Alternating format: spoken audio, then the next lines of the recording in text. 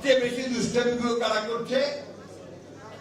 যারা অতীতে বাংলাদেশকে স্বীকার করে নাই, যারা বাংলাদেশের স্বাধীনতাতে বিশ্বাস।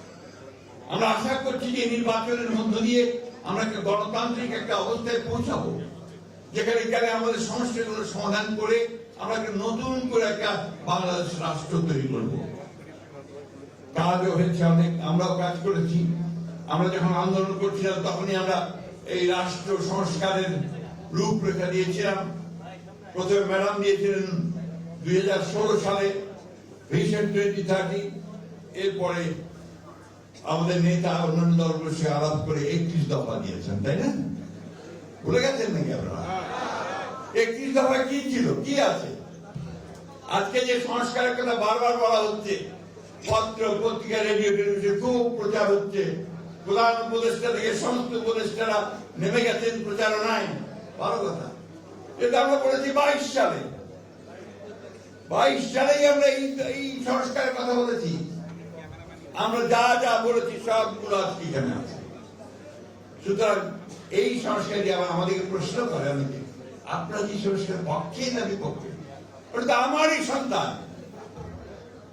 আমি তো তার জন্য প্রাণ দিতে পারি। এই যে জিনিসগুলো সবসময় আমরা বিভ্রান্ত করার চেষ্টা করা। আমাকে কেউ জিজ্ঞেস করতে পারে, আমি সরাসরি মোদীর মাই চাই।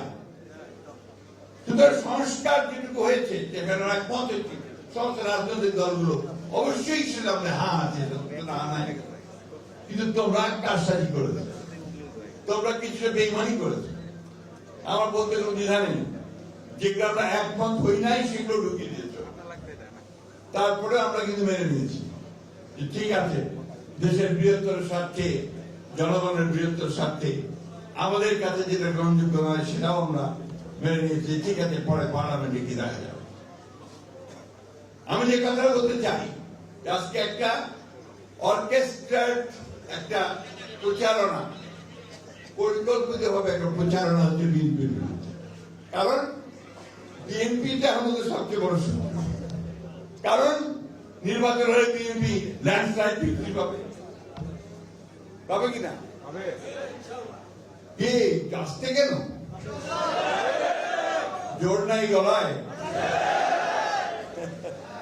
তো এই ল্যান্ডস্লাইড বিক্রি বিএনপি পাবে, সেই কারণে শুরু। আর সবচেয়ে বেশি দুষ্টামিগুলো কারা করছে? যারা অতীতে বাংলাদেশকে স্বীকার করে নাই, যারা বাংলাদেশের স্বাধীনতাতে বিশ্বাসই করে নাই।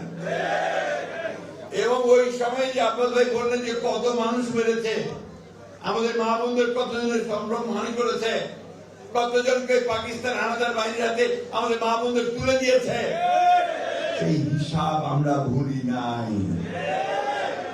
তারপরেও আমরা মনে করি যে রাজনীতি করছেন, রাজনীতি করেন সিধা রাস্তায় করেন, ধর্মকে ব্যবহার করে মানুষকে বিভ্রান্ত করে ভুল বুঝিয়ে দাঁড়ি পাল্লায় ভোট দিলে নাকি বেসতে যেতে হবে।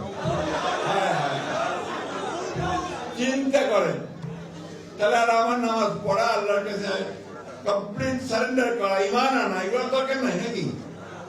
আমাদের এখানে অনেকে আছেন, তারা ভালো বলতে পারবে।